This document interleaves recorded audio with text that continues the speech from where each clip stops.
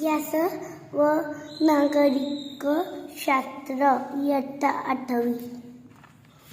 पुतळे आणि स्मारके. स्वातंत्र्यपूर्व व स्वातंत्र्योत्तर काळात अनेक व्यक्तींची स्मारके पुतळ्यांच्या रूपात उभारली गेली. हे पुतळे देखील आधुनिक भारताच्या इतिहासाच्या अभ्यासाच्या दृष्टीने महत्त्वाचे आहेत.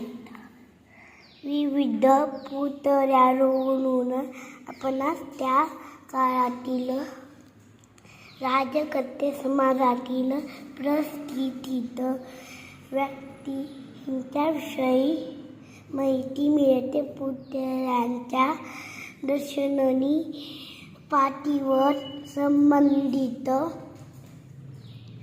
व्यक्तीचे पूर्ण नाव, जन्म, मृत्यूची नोंद, त्या काळातील व्यक्तीचे थोडक्यात कार्य, जीवनपाठ याविषयी माहिती मिळते.